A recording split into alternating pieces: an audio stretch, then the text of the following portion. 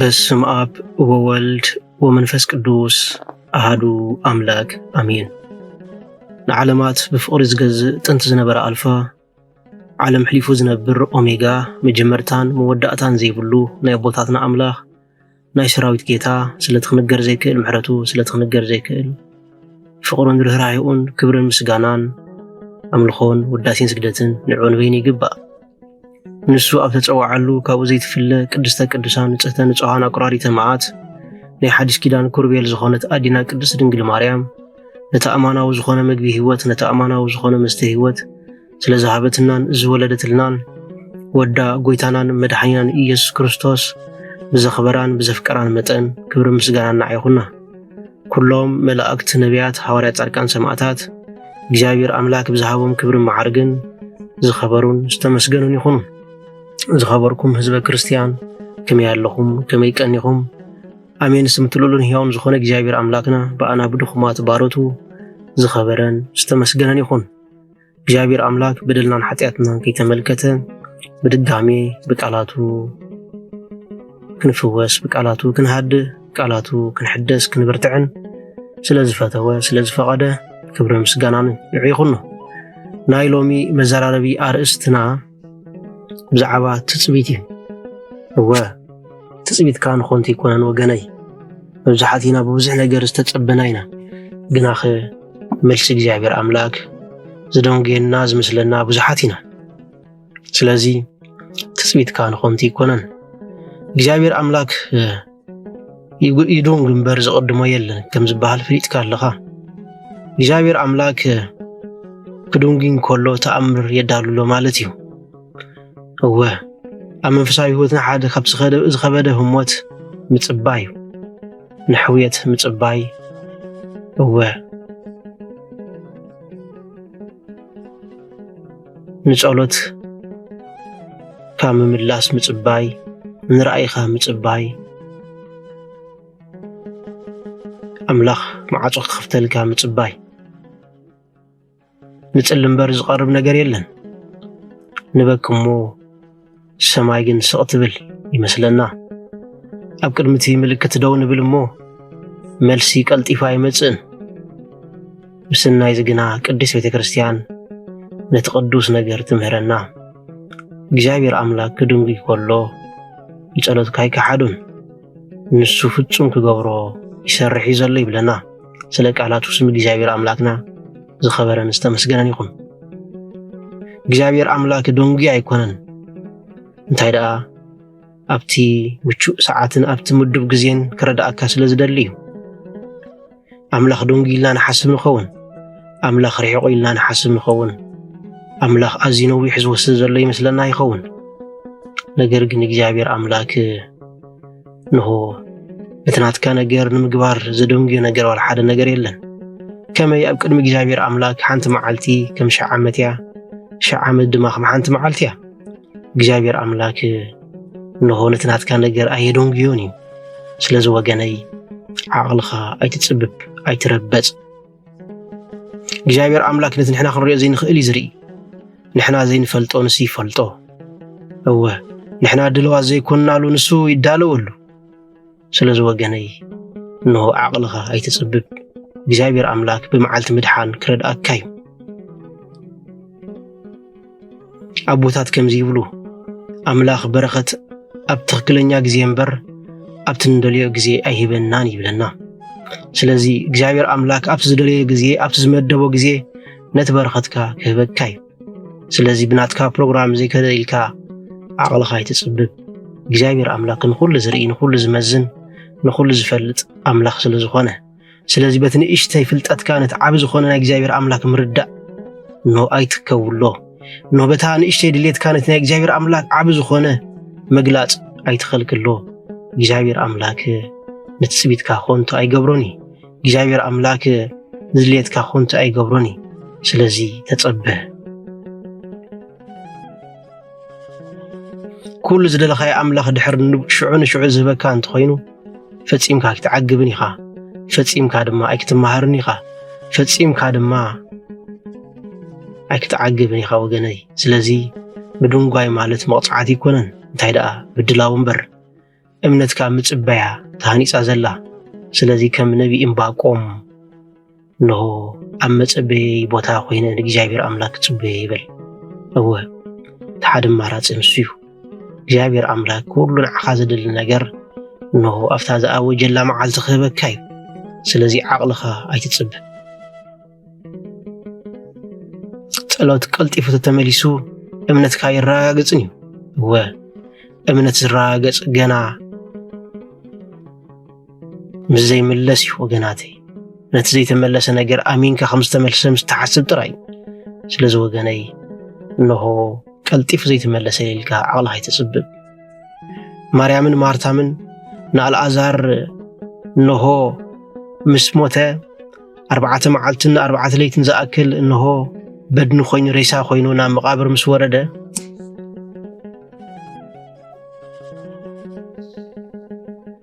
ኣዝየን ሓዘናን ኣዝየን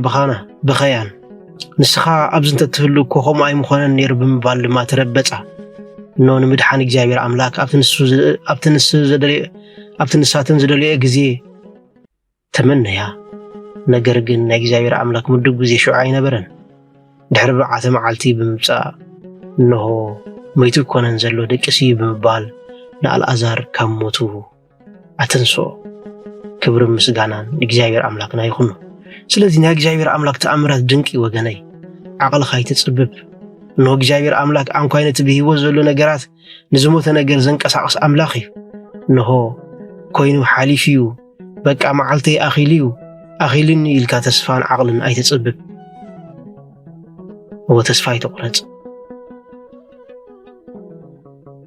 ትጽቢትካ ከንቱ ምዃኑ ኣይትእመን እግዚአብሔር ኣምላክ ኣብ ዝደልየ ሰዓት ንሱ ኩሉ ነገር ክገብረልካ እዩ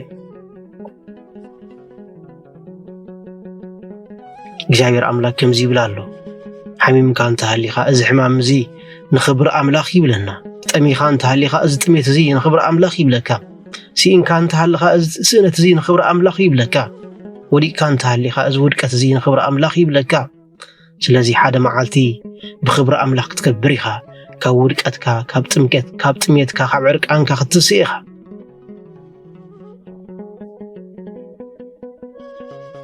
ወት ምድንጓይ ዝመስለካ ዝነበረ ብኽብሪ ክመጽእ እንከሎ ኣብ ሰዓቱ ክመጽእ እንከሎ ኣብ ግዜኡ ክመጽእ እንከሎ ኣዝዩ ክገርመካ እዩ ኣዝኻ ክትድነቕ ኢኻ ምስ እግዚአብሔር ኣምላክ ዘለለካ ፍቕሪ ድማ ክትደልድል ኢኻ እምነትካ ድማ ግዜያዊ ዘይኮነ ዘለኣለማዊ ክኸውን እዩ ስለዚ ወገነይ ምጽባይካ ኣይትስልኣዩ እግዚአብሔር ኣምላክ ኣይደንጉን እዩ እግዚአብሔር ኣምላክ እንተስፍኡ ኣየደንጉዮን እዩ ከመይ ንዕኡ 100 ዓመት ማለት ሓንቲ መዓልቲ እያ ሓንቲ መዓልቲ ማለት ድማ 100 መዓልቲ እያ ወገናት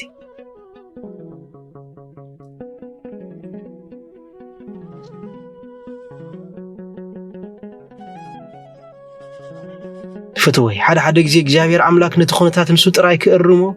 ኣብ ዝኽእለሉ ደረጃ ክበጽሕ ይፈቕዶ ስለዚ እቲ ክብሪ ናይ ሰብ እዩ ኢልካ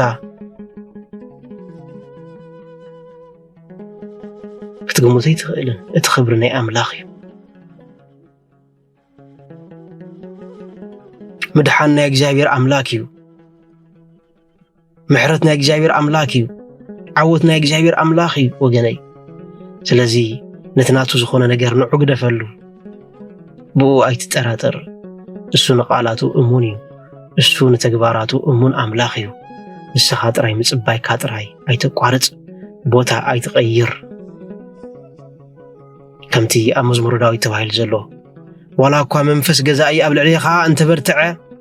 ስፍራኻ ኣይትሕደግ እወ ጭንቀት ምንዋጽ ዋላ እኳ ኣብ ልዕሊኻ እንተበዝሐ ስፍራኻ ግን ኣይትሕደግ ከም ነቢ ዕንባቆም ኣብ ስፍራኻ ኾንካ ንእግዚአብሔር ኣምላክ ተጸበዮ ኣብ መጸበይ ቦታ ኮይነ ክጽበየካ የብሉ ነቢ ዕንባቆም ከም ሰብ መጠን እንሆ ምሕረት እግዚአብሔር ኣምላክ እንሆ ተኣምራት እግዚአብሔር ኣምላክ ኣብ ግዚኡ ክምለሰሉ ሓሲቡ ነበረ ይብለና ነገር ግን እግዚአብሔር ኣምላክ ንሕቱ ብቐጥታ ኣይመለሶን ብቕልጥፍ ኣይመለሶን እወ ዕንባቆም ድማ እምበርኮ ትርኢ ዲኻ እምበርከ ትሰምዕ ዲኻ እንዳበለ ምስ እግዚአብሔር ኣምላክ ይማጎት ነበረ ሕጂ እውን እግዚአብሔር ኣምላክ ብስቕታ ኣይመለሰን دحرم باقوم تايلو ولا كوا يبل بلس فري انت زي هابه ولا كوا وين زللو انت زي هابه ولا كوا ياوتي أباجع كاب دنبي انت تفقع أحاون كاب دنبي انت تفقع أنا جنا بأملاك مدحاني علل كبلي أنا جن بمدحين تي بإجابير أملاك كل جزي حجوسي بمبال زمرة هو إجابير أملاك بوقتي إجابير أملاك بخونة زمزن أملاك هيكونن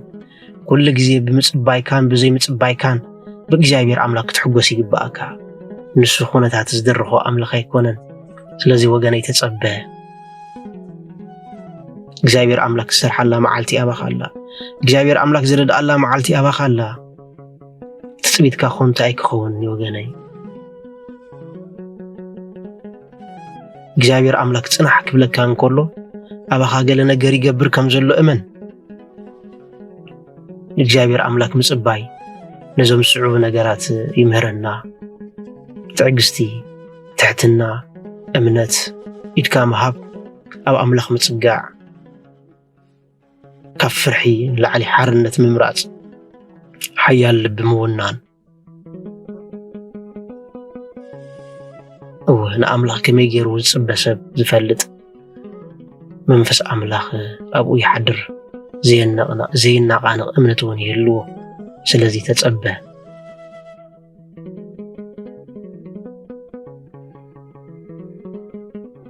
ቅዱስ ዮሐንስ አፈወርቅ ከምዚ ይብለና ትዕግስቲ ንግስቲ ጽቡቕ ባህሪያት ይብለና ንኣጋንንቲ ትስዕሮም ይብለና ስለዚ ብትዕግስቲ ተጸብህ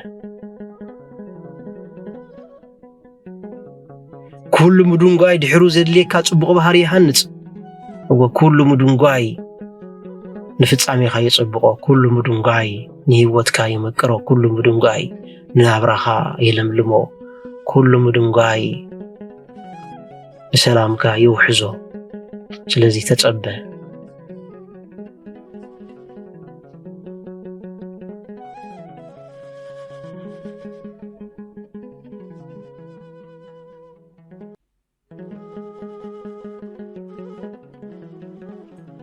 እግዚአብሔር አምላክ ይከላኸለልካ ይዘሎ እግዚአብሔር አምላክ ካብቲ ዘይትፈልጦ ስውር ዝኾነ ፈተና ነው ይዕቅበካ ይዘሎ ወገናይ ሓደ ግዜ እቲ ክትኸፍቶ ትደሊ ማዓጽዮ ካሴካ ይኽእል እዩ ካቐረካ ይኽእል እዩ ሓደ ግዜ እቲ ትብህጎ ዝምድና ነፍስኻ ክሰብሮ ይኽእል እዩ ሓደ ግዜ እቲ ትደልዮ ስራሕ ንሰላምካ ክርብሾ ይኽእል እዩ ወገናይ ሓደ ግዜ እትሓልሞ ዓወት ውድቀትካ ክኸውን ይኽእል እዩ ወገናይ ስለዚ ተጸብህ ስለዚ አምላኽ ዝድንጊ ንኽቐጽዓካ ይኮነን እንታይ ደኣ ንኽከላኸለልካ እዩ ምናልባት እቲ ክኽፈት ደሊኻዮ ዘለኻ ማዕጾ ወዲቑ ክጸቕጠካ ይኽእል ይኸውን ምናልባት እቲ እትብህጎ ዝምድና ነፍስኻ ክሰብራ ይኽእል ነፍስኻ ክድቅቓ ይኽእል ህይወትካ ናብ ድቕድቕ ጸልማት ክወስዳ ይኽእል ይኸውን ምናልባት እቲ ትደልዮ ዘለኻ ስራሕ ንሰላምካ ናብ ክመጸሉ ዘይክእል ጽፍሒ ክወስድ ዝኽእል ይኸውን ስለዚ ተጸብህ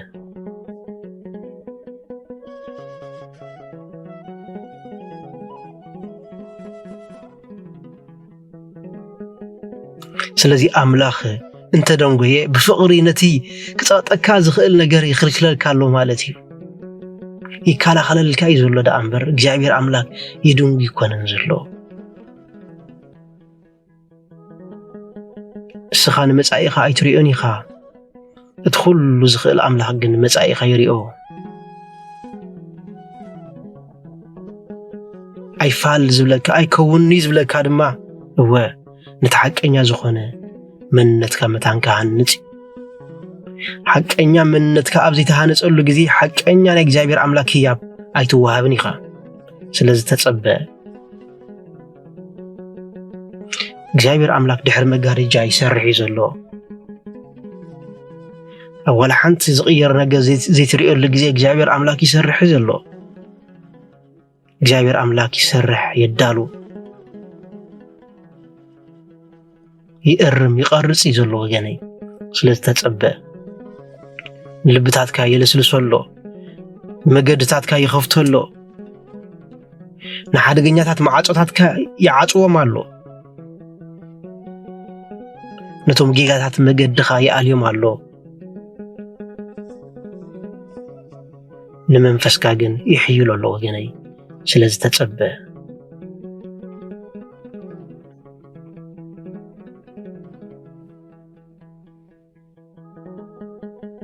እታ ዘይትረኢድ አምላኽ ፈጺማ ንሰላምካ ክትብዝሕያ ስለዚህ አምጽባይካ እመን እምነት ይሃልኻ እምነት ተምሃር ተአምራትካ አብስተመደበሉ ጊዜ ኸመጽዩ ነው ድማ ተአምራትካ ንፈውስኻ ክኸውን ንምሕዳስካ ክኸውን እወ ንዓወትካ ክኸውን ንሰላምካ ክኸውን ንመንፈሳዊ ዕቤትካ ክኸውን እወ ምጽባይካ ንሓጢአት ክትዕወተሉ ኢኻ ሓድሽ ጅማሮ ህይወት ክወሃበካ እዩ ጸሎትካ ክምለስ እዩ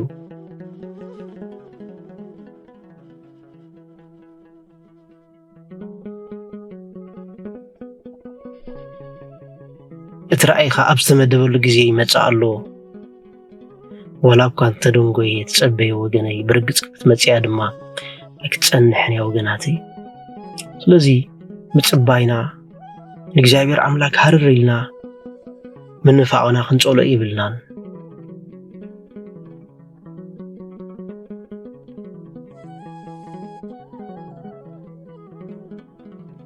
ጸኒዕኻ ደው በል አምላኽ ይርስዓካን እዩ ዝተረስዓኻ ኮይኑ ተሰሚዕካ ኣይፋልን ንሱ ይኮነን ዘይተሰምዓኻ ኮይኑ ተሰሚዕካ ኣይፋልን እግዚአብሔር አምላክ ንብዓትካ ይቆጽሮ ይዘሎ ዝደኸምካ ኮይኑ ተሰሚዕካ ኣይፋልን እግዚአብሔር አምላክ ንጸጋኻ ናባኻ ይቅርቦ ይዘሎ እግዚአብሔር አምላክ ከምዚ ይብለካ ኣሎ ፈጺመ ይሓድገካኒ ፈጺመ ይገድፈካኒ ይብለና ስለዚህ እግዚአብሔር አምላክ ንትዕግስትኻ ይዝክር እዩ ንጸሎትካ ይሰምዕ እዩ ንመስዋዕትኻ ይርኢ እዩ ንልብኻ ድማ ይፈልጦ እዩ ስለዚህ ምጽባይካ ኣይተቋረጽ ኣብ ትኽክለኛ ህሞት ድማ ሰብካ ዓጾ ዘይክል ማዓጾ አምላክ ክፍተልካ እዩ አምላክ ከርሕወልካ እዩ ስለዚህ ፍትወይ ነቲ ብድንጋይ ኣይትፍራሕ ብልብኻ ኣይትዝሓል ተስፋ ኣይትቁረጽ አምላኽ ስቂሉ ይሰርሕ ኣሎ ካብቲ ዝሓተትካዮ ዝዓቢ ነገር የዳልወልካ ኣሎ ካብቲ ዝሓሰብካዮ ነገር ዝዓሙቕ ነገር ይፈጥረልካ ኣሎ ካብቲ ዝጸለኻዮ ነገር ዝበልጽ ነገር ይቐርበልካ ኣሎ እግዚአብሔር አምላክ ክድንግግ እንከሎ ተኣምር የዳልወልካ ከም ዘሎ ሕሰብ ብሓቂ ንስኻ ድማ ዕድለኛ ኢኻ ብምጽባይካ ዕድለኛ ኢኻ እግዚአብሔር አምላክ ተጸቢዩ ዝሓፈረ ወላ ሓደ የለን ስለዚህ ካብቶም ዕድለኛታት ሰባት ንስኻ ሓደ ኢኻ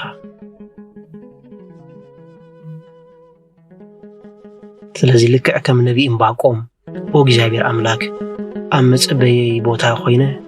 ጽበይካይ ኢልካ